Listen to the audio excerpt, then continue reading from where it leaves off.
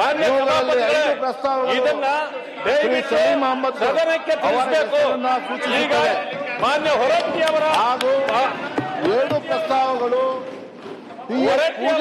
ಹೆಸರನ್ನು ಸಭಾಪತಿಗಳೇ ಸೂಚಿಸುತ್ತವೆ. ಇದು ಸರಿಯಲ್ಲ. ಇದು ಸದನಕ್ಕೆ ತಾವು ತಿಳಿಸಿಕೊಡ್ಬೇಕು. ಸಲೀಂ ಅಹಮದ್ ಅವರ ಹೆಸರಿನಲ್ಲಿ ಬಂದಿರುವ 5 ಪ್ರಸ್ತಾವಗಳನ್ನು ಅಥವಾ ಮೊದಲಿಗೆ ಅಂತಕ್ಕಂಥದ್ದನ್ನ ಮೊದಲಿಗೆ ದಯವಿಟ್ಟು ಈ ಸದನಕ್ಕೆ ತಿಳಿಸಬೇಕು. ಇದು ದುಂಡಾವರ್ತಿ ಹೇಳಬೇಕು. ಇದು ದುಂಡಾವರ್ತಿ ಸಲೀಂ ಇದು ಇದು ಸಂವಿಧಾನ ವಿರೋಧಿ. ಇದು ಧಿಕ್ಕಾರ. ಈ ಸರ್ಕಾರದ ಧಿಕ್ಕಾರ.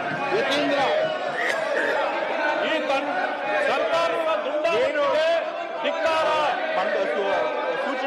ಸರ್ಕಾರದ ದುಂಡಾವರ್ತಿಗೆ ಧಿಕ್ಕಾರವನ್ನು ಹಾಕ್ತಾ ಇದ್ದೇವೆ. ಎನ್.ಎಸ್. ಬೋಸರಾಜ್ ಅವರು ಸರ್ಕಾರದ ದುಂಡಾವರ್ತಿಗೆ ಧಿಕ್ಕಾರ. ಸರ್ಕಾರದ ದುಂಡಾವರ್ತಿಗೆ ಧಿಕ್ಕಾರ. ವಿನಯ್ ಕಾರ್ತಿಕ್ ಗೂಂಡಾಗಿರಿ.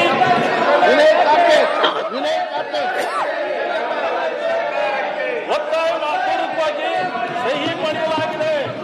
ಶ್ರೀ ಮಂಜುನಾಥ್ ಬಂಡಾರಿ ಅವರು ಮಾಡಿದೆ.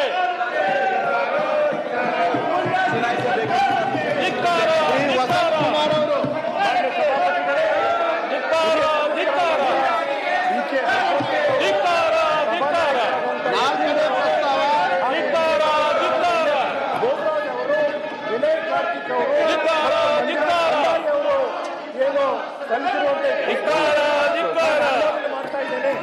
4ನೇ ಪ್ರಸ್ತಾವ ಶ್ರೀ ಎಸ್. ನಾಗರಾಜು ಶ್ರೀ ಸಲೀಂ ಅಹಮದ್ ಅವರನ್ನು ಧಿಕ್ಕಾರ. ಸಭಾಪತಿಯಾಗಿ ಚುನಾಯಿಸಬೇಕೆಂದು ಸೂಚಿಸುತ್ತೇನೆ. ಧಿಕ್ಕಾರ. ಧಿಕ್ಕಾರ. ಡಾಕ್ಟರ್ ಡಿ ಪ್ರಸ್ತಾವನೆ ಅವರು ಧಿಕ್ಕಾರ. ಧಿಕ್ಕಾರ.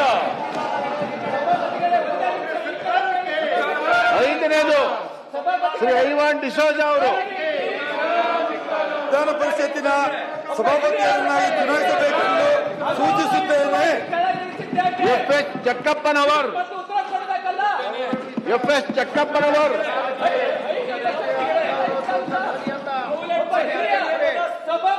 5 ಪ್ರಸ್ತಾವಗಳು ಶ್ರೀ ಸಲೀಂ ಅಹಮದ್ ಪರವಾಗಿ ಬಂದಿದ್ದಾವೆ. ಈಗ ಪಿ.ಎಚ್. ಪೂಜಾರ್ ಅವರ ಹೆಸರಿನಲ್ಲಿ ಬಂದಿರುವ 2 ಪ್ರಸ್ತಾವಗಳನ್ನು ಮಂಡಿಸಲು ಸೂಚಿಸುತ್ತೇನೆ. ಛಲವಾದಿ ಟಿ. ನಾರಾಯಣ ಸ್ವಾಮಿ ಅವರು ಪ್ರಸ್ತಾವ ಮಂಡಿಸಿದರೆ ಮಂಡಿಸಿ. ನೀವು ಪ್ರಸ್ತಾವ ಕೊಟ್ಟಿದ್ದೀರಿ ಪೂಜಾರ್ ಪರವಾಗಿ. ಮಿಕ್ಕಾದೆಲ್ಲ ಕುತ್ಕೋಬೇಕು. ನಿಮ್ಮನ್ನು ಕರೆದಿಲ್ಲ, ಕುತ್ಕೊಳ್ಳಿ. ನೀವು ನಿಮ್ಮನ್ನು ಕರೆದಿಲ್ಲ, ನಿಮ್ ಕುತ್ಕೊಳ್ಳಿ. ನೀವು ಮಾನ್ಯ ಪಿ.ಎಚ್. ಪೂಜಾರ್ ಅವರನ್ನು ವಿಧಾನ ಚುನಾವಣಾ ಟೈಮಲ್ಲಿ ಯಾರು ಸಭಾಪತಿಯವರನ್ನಾಗಿ ಚುನಾಯಿಸಬೇಕೆಂದು ಸೂಚಿಸುತ್ತೇನೆ. ಶ್ರೀ ಎಸ್.ಎಲ್. ಭೋಜೇಗೌಡ ಅವರು ಅನುಮೋದಿಸುತ್ತೇನೆ.